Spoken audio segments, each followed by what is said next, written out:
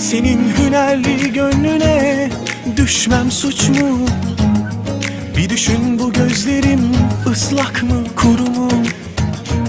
Ufalanır canım, hasatı acıydı bu aşkın. Toz dumanda yürüdüm, doyulmazdı kumsalım. Laf aramızda özleniyorsun buralarda. Siyahtan da siyahtı dalgaların. Canım yanıyor, senden ne haber orada? Ne çok değiştin, seni zor tanıdım. Görmedim bu zamana kadar, kalbim ne kadar da büyük. Koca bir İstanbul sanki, hem yeni hem kırık dökük. Ne aşklar sığdırdık içimize, ölmedik be güzelim. Hadi vur beni, sen yak beni, öldür beni sevgilim. Görmedim bu zamana kadar, kalbim ne kadar da büyük. Koca bir İstanbul sanki, hem yeni hem kırık dökük.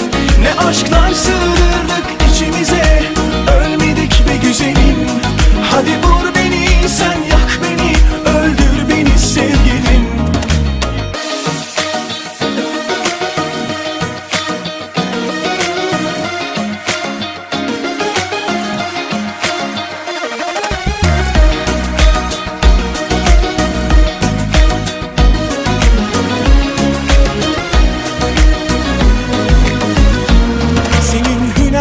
Gönlüne düşmem suç mu?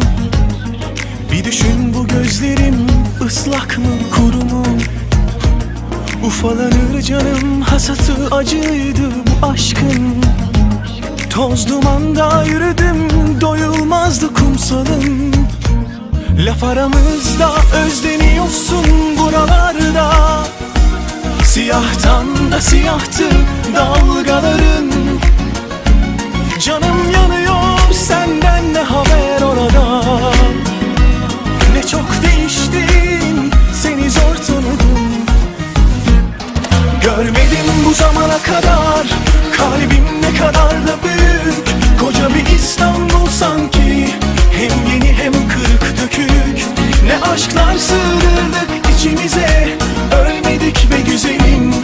Hadi vur beni, sen yak beni, öldür beni sevgilim.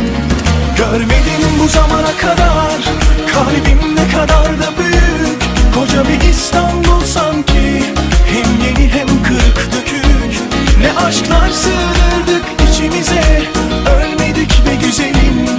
Hadi vur beni, sen yak beni, öldür beni sevgilim. Görmedim bu zamana kadar, kalbim ne kadar da büyük. Koca bir İstanbul